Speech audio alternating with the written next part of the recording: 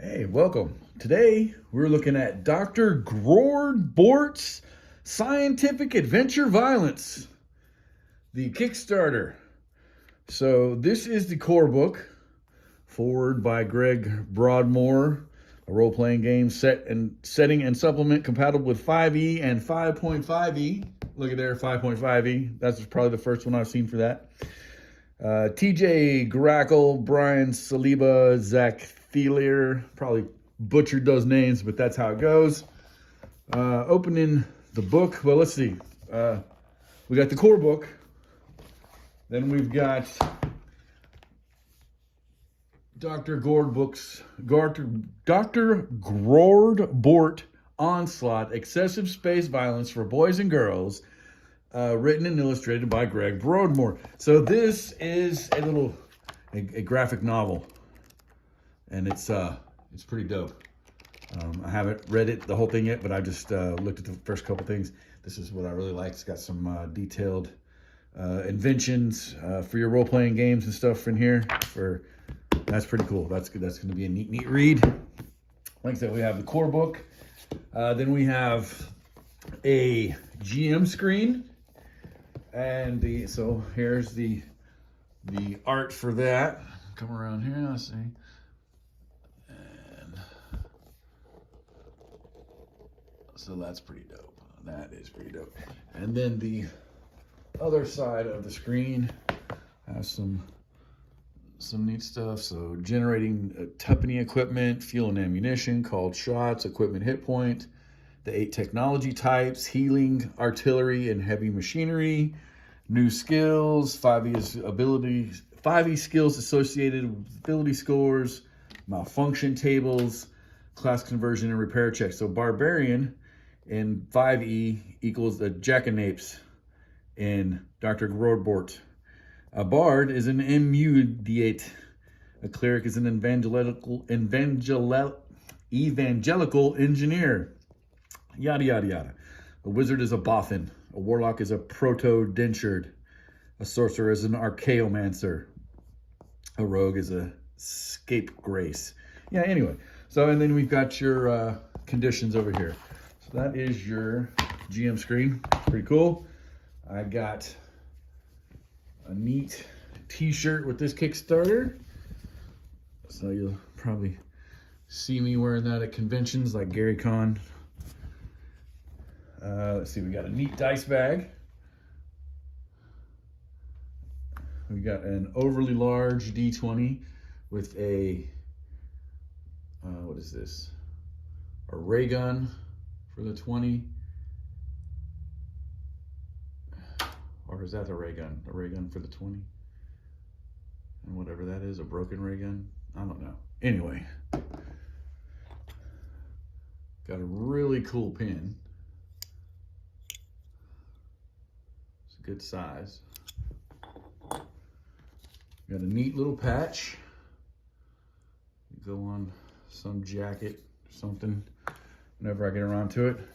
The nice dice tray, and I've got kind of testing, making sure it stays in the upright position. So that's pretty cool. And those things all kind of went in there. We've got the signed certificate. The bearer of this book is hereby entitled to unlimited hours of interplanetary ray gun rumbustiousness, rocket ship recreation, and robotry rumpery in the universe of Dr. Grordbort. So, just a Kickstarter thing. And then we've got this little add-on, Dr. Grordbort's Field Guide to Malfunctions. So you have artillery, biofiddlery, gadgetronics, heavy machinery, light weapons, Martian glass, and robotry. So, just tables for things to go bad. But yeah, so that's what I got with the Kickstarter. And to look at the core book again,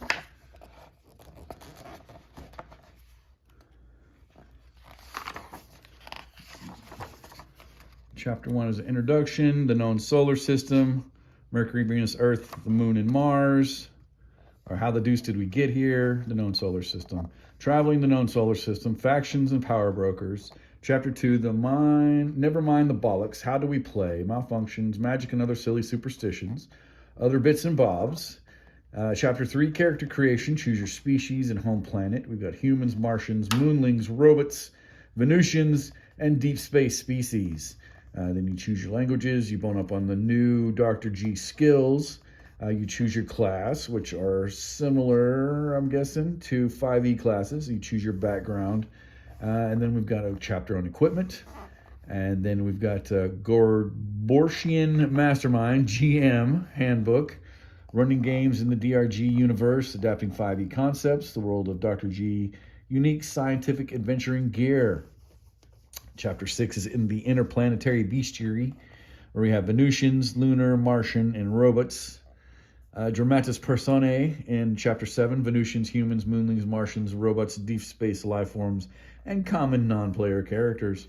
Then we got some appendices of the malfunction tables, which might be that other thing that we just got over yonder. Biofiddlery, spell, gadgetronic index, tuppeny equipment. Tuppeny equipment, I'm wondering what that is. I have to find out later. So, so the content warning here. Dr. Gorbick's Scientific Adventure Violence is a tabletop role-playing game setting and supplement for adults, specifically and crucially, adults not offended by satire.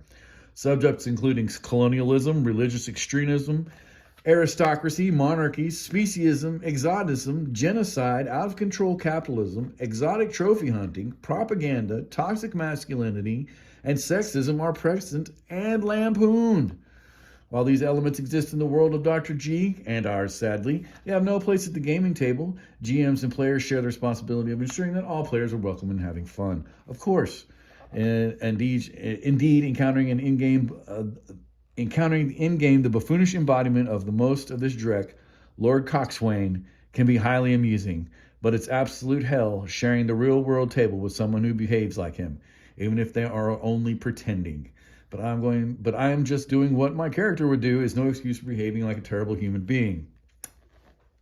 As with any new role-playing game campaign, it is a good idea to gather the group for a zero session to talk through what's in the setting, what situation or themes might emerge over the course of the campaign.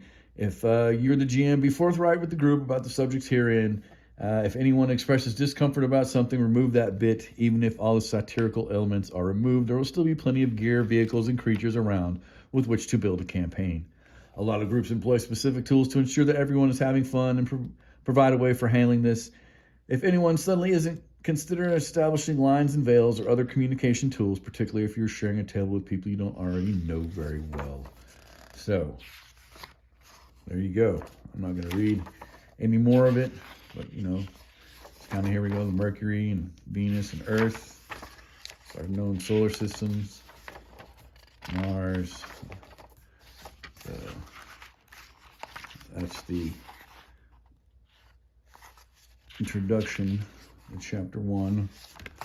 And then we have Chapter 2, never mind the bollocks, how do we play?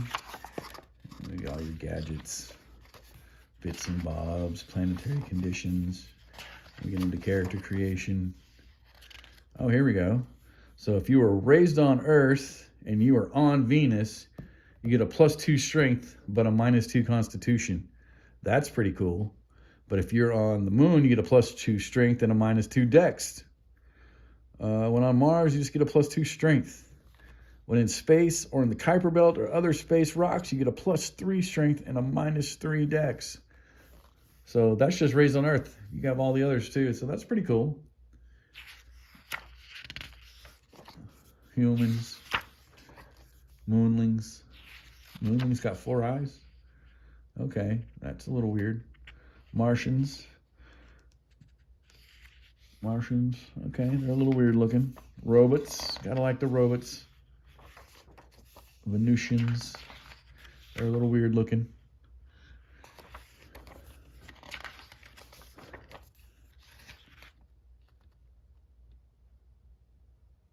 So just looking at this anatomically, I don't want to look at that one. Archaeomancer. So it looks like they've just switched over everything, like purity of body for a monk concept is in resilience. So it looks like they're just kind of reskinning the classes, which is a good way to do it. Yeah, see, School of Divination is Rasputinatics. That's pretty cool. So what's the, let's see, Conjuration, Abjuration. School of Conjuration is the supercalifragilisticexpialidocious.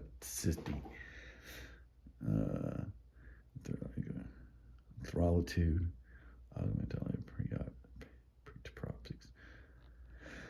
I can't even say some of these words. Preterruptics, fixamajiggery, morphilification, a dragoon, a fighter.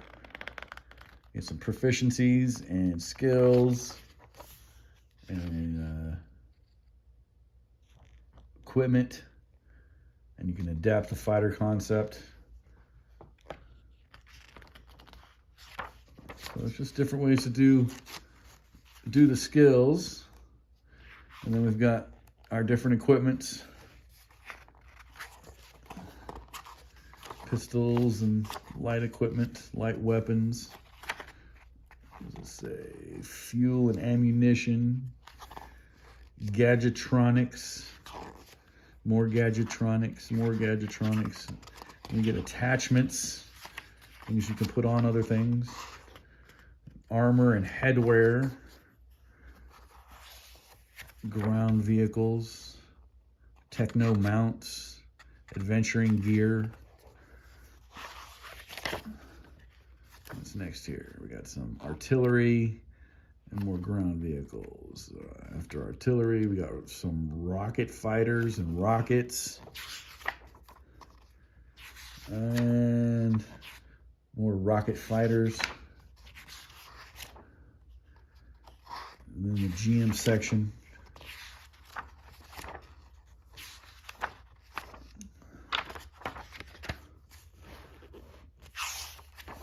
So, different plot hooks for different planets.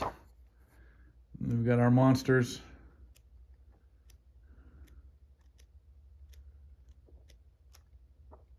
Some of them are pretty wild looking. So all in all, this looks like a, here we go, yeah, it's lunar bestiary. All in all, this looks like a really fun system to play in, with all the different things going on, different robots and different animals and all the different planets.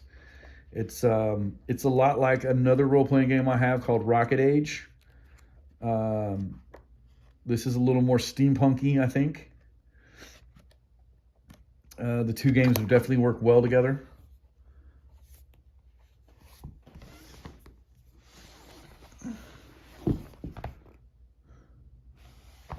So, there we go. Dr. Grordbort's Scientific Adventure Violence. So, thanks for watching.